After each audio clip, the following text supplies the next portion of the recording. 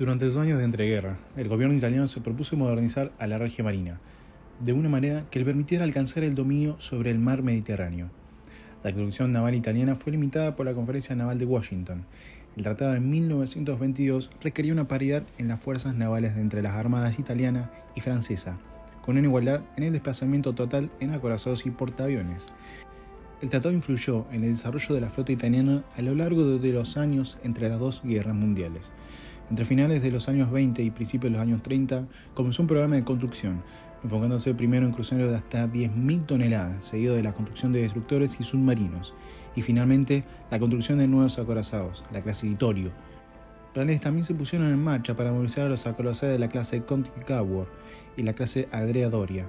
Gran parte de estas nuevas unidades navales fueron respuesta a las construcciones navales francesas, ya que la Marina Gala fue vista hasta mediados de la década de 1930 como el enemigo más probable en un conflicto hipotético.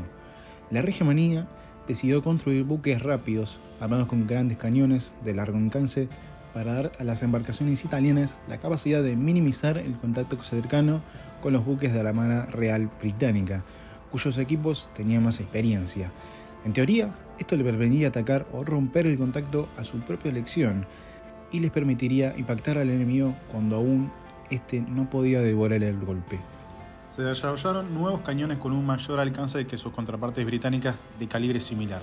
La velocidad se enfatizó en las nuevas construcciones. Los cruceros italianos construidos en la década de 1920, como el Giovanni de Levandenere, fueron construidos con un blindaje relativamente delgado y de nuevo diseño. Esto tendría un papel decisivo en una serie de batallas navales. Clases posteriores, como la clase Sara y la Montecuccoli, se construyeron con un diseño más equilibrado con un blindaje más grueso. La clase Sara es la clase que vamos a ver hoy. En los años de entreguerras, la Regia Marina se preparó en silencio. Bajo la mirada atenta del Duce, Italia comenzó a forjar un deseo imperial. Mussolini no quería solo una flota, quería una nueva Roma, y para ello necesitaba mares que obedecieran. En su visión, el Mediterráneo no era solo un mar, era un lago, un mare nostrum, como lo había sido en los tiempos de César y Augusto. Pero había otro imperio en el camino. Como Cartago ante Roma, la Royal Navy era la potencia dominante de los mares. Una potencia que reinaba en los mares desde Gibraltar hasta Alejandría. Y esa reedición moderna de la historia antigua, Italia se preparaba para desafiar al león británico. La historia de la clase Sara comienza en Muggiano, La Spezia, en 1928, en los astilleros de Odero Terni Orlando. Nació el primero de una nueva generación de cruceros pesados. Llevaba el nombre de una ciudad arrebatada del Imperio Austrohúngaro. Se llamaba Sara y daría nombre a toda una clase. Votado el 27 de abril de 1930 y comisionado en octubre de 1931, el Sara era un prodigio de potencia y diseño. Durante sus pruebas alcanzó los 35,2 nudos, más por espectáculo que por utilidad real. Pero su velocidad real, en combate y con carga completa, rondaba los 29 nudos. Su batería principal estaba compuesta por 8 cañones de 203 mm de calibre 53, distribuidos en 4 torretas dobles, 2 a prueba y 2 a popa, dispuestas a superfuego. Era una artillería digna de un acorazado ligero, capaz de enfrentarse a cualquier crucero británico o francés. Para defensa antiaérea, el Sara contaba originalmente con 16 cañones de 100 mm calibre 47, complementado por 4 Vickers Terni de 40 mm y 8 ametralladores de 12,7 mm. Esta configuración evolucionó con el tiempo. En los años previos a la guerra, los cañones más livianos fueron reemplazados por 8 cañones de 37 mm calibre 54 y 8 ametralladores de 13,2 mm Breda.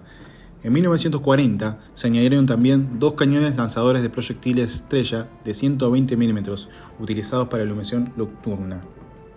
Para el reconocimiento aéreo, y esto es un comentario aparte de toda la historia, en Wharton de Mobile solamente hay un solo avión italiano, y ese es el RO-43. El Sara transportaba 2 hidroaviones Inman RO.43, guardados en un hangar bajo el castillo de proa. Una catapulta fija montada en la línea central permitía su lanzamiento directo al mar. Desde su entrada en servicio, el Sara, junto a sus hermanos, se convirtieron en el símbolo de la nueva marina italiana. Recibió su bandera de batalla en la ciudad que le dio nombre, y rápidamente se convirtió en un buque insignia del primer escuadrón naval. El Sara era uno de los 4 cruceros construidos de esta clase. El Fiume fue el único de su clase no construido en La Spezia, sino en Trieste. Su quilla fue depositada en abril de 1929, votado exactamente un año después, el mismo día que su gemelo Zara. Entró en servicio en noviembre de 1931. El Gorizia fue el último de los 4 Zara en ser construido. Su quilla se colocó el 17 de marzo de 1930, votado en diciembre y comisionado en diciembre de 1931. Fue separado de sus hermanos y designado a la segunda división. Y por último, tenemos al Pola, que fue el último en incorporarse. Fue votado en diciembre de 1931. Su diseño incluía un puente extendido, diferente al resto de sus hermanos, y una plataforma de mando superior. Estaba hecho para liderar. Las 4 naves fueron testigos de desfiles, de batallas y hasta catástrofes. Vamos a ver 2 de ellas hoy. Hoy vamos a ver Punta Estilo y la batalla trágica de Cabo Matapán.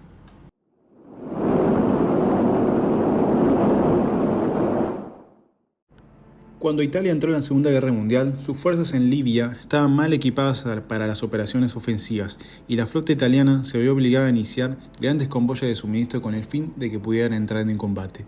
El 6 de julio, un convoy de 4 buques mercantes partió de Nápoles rumbo a Bengasi. Tratando de engañar a los aliados haciéndoles creer que se dirigían a Trípoli, esa noche 2 torpederos zarparon de Catania, a los que se les juntó otro buque de carga fuera de Mesina. Al día siguiente se unió al convoy la escolta desde Tarento, después de que fueran informados de que los aliados habían salido recientemente del puerto de Alejandría. Los transportes llevaban soldados, tanques, vehículos, toneladas de suministros y además, muy importante, toneladas de combustible. La escolta del convoy se componía de 3 grupos. El primero iban 8 destructores y 4 torpederos que protegían directamente a los buques de carga. Un segundo grupo navegaba 35 millas hacia el este y contaba de 6 cruceros pesados y otros 4 destructores. Por último, el grupo de batalla principal, que consistía en 2 acorazados, el Giulio Cesare y el Conte di Cavour, 8 cruceros ligeros y otros 16 destructores. Un número considerable de destructores italianos no participaron en la batalla debido a problemas mecánicos y la necesidad de abastecerse de combustible. Mientras tanto, los aliados habían preparado un convoy para acción similar. La flota zarpó desde Alejandría con rumbo a Malta, donde los destructores debían descargar suministros y un cierto número de refuerzos especiales. Se realizaron 2 convoyes para trasladar a personal civil y material almacenado de la flota de Malta a Alejandría. Un grupo de buques mercantes navegaría a 13 nudos y el otro a 9. Como escolta iba la Fuerza A, 5 cruceros y un destructor, la Fuerza B con el acorazado Barbspit y 5 destructores, y así como la Fuerza C con los acorazados Royal, Sovereign y Himalaya. Además también, muy importante, el portaaviones Eagle y 11 destructores. Pero a las 14:40 del 8 de julio, 2 hidroaviones CAN Z-506 Airborne italianos procedentes de Tobruk divisaron a la flota británica y estuvieron vigilándola durante casi 4 horas. Ya en la mañana del 9 de julio de 1940, las flotas están a 90 millas de distancias. Para las 13:10 comienzan los primeros ataques aéreos italianos y a las 15:15 los cruceros abren fuego a más de 21.000 metros. Los Zaras están orgullosos y potentes y lideran la línea italiana. Los británicos responden desde la distancia. El intercambio no es devastador, pero sí es constante. Los capitanes maniobran con precisión milimétrica y el aire se corta entre estallidos, columnas de agua, humo y de pólvora. Minutos más tarde, el gigante británico Barbspit entra en escena y a las 15:52 el Giulio Cesare lanza su primera andada. A las 15:59 el Barbspit devuelve el golpe. Una salva de más de 24.000 metros impacta en la zona de máquinas del Cesare. Uno de los impactos de mayor distancia en la historia naval. El Cesare queda gravemente averiado y su velocidad se reduce. La flota italiana lanza cortinas de humo, destructores disparan torpedos y es un marojo enorme de la gran cantidad de buques de guerra que están presentes en la acción. Pero nadie se arriesga a perderlo, así que las batallas se disuelven en maniobras evasivas mientras el cielo se oscurece con nuevos aviones. Más de 120 aviones italianos se lanzan sobre la flota británica, pero muchos terminan bombardeando sus propias naves. La coordinación entre la Regia Marina y la Regia Aeronáutica demuestra ser un punto débil para los italianos. Ya para las 16:50, ambas flotas se retiran. Las misiones originales, los convoyes, se han cumplido o propuesto por el lado de los británicos. Los que la han cumplido en su primer lugar fueron los italianos. El mar queda en silencio, pero solo por ahora. Pero la verdad histórica es más compleja. Punta Estilos fue un empate, un choque consensuado accidental y perfecto desde el punto de vista táctico. No hubo buques de guerra hundidos, no se ganó territorio, pero se ganó experiencia. En las salas de guerra de Londres y Roma se empezaron a reescribir doctrinas. La Royal Navy entendió que el valor del radar del perfil bajo de disparos, una de sus mejores cartas era contar con un portaaviones, a diferencia de los italianos. La Regia Marina entendió que pelear en igualdad numérica no garantizaba la superioridad y además que no podía contar con la Regia Aeronáutica para estos combates. Además, no solo que era una tarea muy difícil igualar en cantidad de números a la Marina Británica, sino que la falta de tecnología era uno de los pesares más grandes de la Regia Marina. No contar con radar era una dificultad muy grande, ya que no podían tener enfrentamientos de noche, y eso era una gran desventaja a la hora de luchar, algo que terminarían de comprobar en la batalla del Cabo Matapán. Corrisponde ad una reale possibilità in caso di guerra. Antes del combate, los almirantes italianos Campioni y Ricciardi cambiaron el plan original. Redirigieron el grupo Zara al sur de Creta, con la esperanza de encontrar convoyes británicos, aunque la zona estaba desierta. La flota italiana avanzó dividida en 3 grupos, el Testa enfrente, el Zara atrás y el acorazado Vittorio Veneto al centro. El almirante Icino intentó engañar a los británicos con un rombo falso, pero no tuvo éxito. Los británicos, mejor coordinados y con una cadena de mando más eficiente, detectaron el movimiento italiano. Gracias a sus criptógrafos a bordo del Veneto, Icino interpretó la señal británica rápidamente. Por el lado aliado, el almirante Cunningham zarpó desde Alejandría con una fuerza bien organizada. Nada menos que 3 acorazados, el portaaviones HMS Formidable y una vanguardia de cruceros. La operación británica se benefició de la discreción, la superioridad aérea y la comunicación directa entre sus fuerzas, en contraste con los retrasos burocráticos italianos. Además, los italianos no contaban con reconocimiento aéreo eficaz ni protección aérea para el día clave del enfrentamiento, como bien dijimos, al final de la batalla de Punta Estilo. Al amanecer del 28 de marzo, un hidroavión del Veneto detectó a los cruceros británicos Pitcairn Whipple, iniciando el primer contacto. Poco después, ambas flotas abrieron fuego, pero el duelo fue ineficaz. Los italianos dispararon mal y no lograron atraer a los británicos hacia el Veneto. Icino detuvo la acción antes de las 9 am. Intentando una emboscada, Icino viró al Veneto hacia el sur, mientras los cruceros regresaban para cerrar el paso al enemigo. Pero los británicos estaban fuera de alcance. Un ataque de torpedos del HMS Formidable obligó al Veneto a maniobrar, permitiendo la retirada británica. Al no encontrar convoyes ni poder sostener la operación por más tiempo, Icino ordenó la retirada hacia Italia al mediodía, pero Cunningham, a unas 70 millas, lanzó una serie de ataques aéreos para frenar a los italianos. Fue entonces cuando se reveló un fallo crítico. La flota italiana no contaba con escolta aérea esa tarde, dejándola vulnerable ante la acción británica. 20-30.000 metri. Durante la tarde del 28 de marzo, la flota de Cunningham aún estaba algo desorganizada. El Barspit seguía con problemas en sus condensadores. El Formidable maniobraba constantemente contra el viento para lanzar sus aviones. Aún así, cerca de las 2 de la tarde, la flota británica logró recompensarse. Los cruceros iban en vanguardia, seguidos por destructores y al fondo los acorazados con el portaaviones. Sin embargo, hacia las 12:15 se produjo un hecho crucial que podía haber encaminado el rumbo de la batalla. Una escuadrilla de torpedos italianos, liderada por el célebre capitán Buscaglia, atacó sin éxito al Formidable y al Barham, que se hallaban separados del resto. El informe del ataque fue tardío y mal interpretado. Se reportó como un simple avistamiento aéreo. Además, Supermarina no corrigió la información ni la reenviaron debidamente a Icino, quien creyó que era solo un vuelo de reconocimiento y descartó su valor. El mensaje sí daba una posición bastante cercana a la real de la flota británica, pero Icino se basó en otras señales de radiomarcación erróneas, que situaban al enemigo aún más lejos. Por eso no asumió que los barcos avistados eran italianos y que los aviadores se habían equivocado nuevamente. Esto le hizo cometer un grave error de juicio, creyendo que Cunningham estaba a 100 millas más al sur de su verdadera posición. Otro avistamiento posteriores, incluidos algunos tras el impacto de un torpedo en el Veneto, tampoco fueron útiles. Uno llegó con errores, otro nunca llegó. Además, los aviones usaban frecuencias distintas a las sintonizadas por los buques, complicando aún más la coordinación.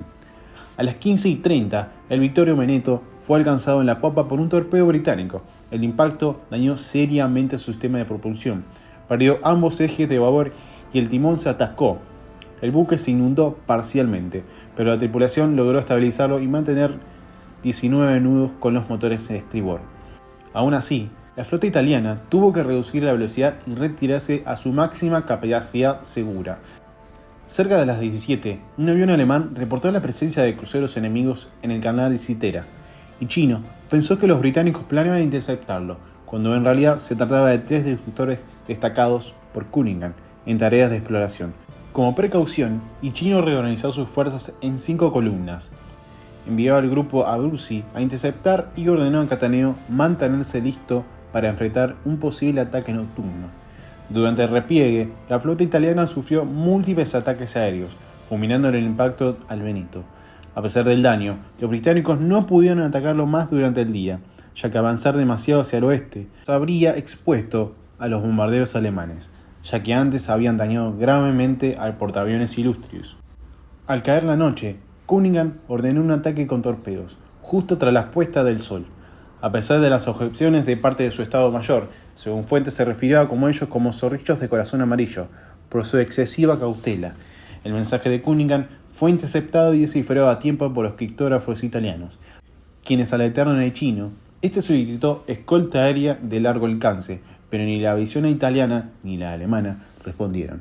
Supermarina, que también había interceptado la orden de ataque británica, no la retransmitió al Chino hasta que ya era tarde. Al caer la noche del 28 de marzo, la suerte de la flota italiana estaba sellada.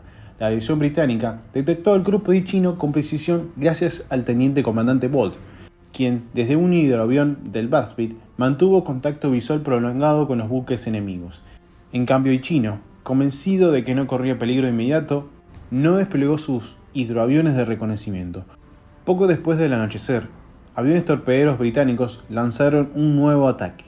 Uno de ellos logró impactar con un torpedo del crucero Pola de la clase Zara, que quedó inmóvil, y la noticia no tardó en llegar a los mandos italianos. El almirante Cattaneo, al cargo del grupo Zara, inicialmente propuso enviar solo 2 destructores en auxilio, pero luego solicitó volver con toda su escuadra, decisión que coincidía con una orden previa de Chino que aún no le había llegado. Durante esas horas, las comunicaciones entre grupos italianos estuvieron marcadas por confusión, lentitud y falta de criterio unificado. Y Chino, por su parte, tampoco fue claro ni decisivo. Aunque recibió nuevas señales que situaban a la flota británica más cerca de lo previsto, no advirtió directamente a Cattaneo del peligro. Así, Cattaneo se dirigió al Pola con sus 3 cruceros pesados y 4 destructores, en formación en línea, sin colocar a los destructores por delante, como dictaban las tácticas nocturnas. Esta disposición selló su destino. Mientras tanto, los británicos también cometían errores. Sus escuadras de cruceros y destructores no lograron interceptar a tiempo al enemigo. Confundieron al Pola con el Vittorio Veneto, y aún así el Valiant detectó por radar al crucero inmóvil, y Cunningham maniobró con decisión, colocándose en posición perfecta para emboscar. Cuando los cruceros italianos se acercaron al Pola, fueron detectados a menos de 2 millas de distancia por los acorazados británicos Buzzard, Valiant y Barham.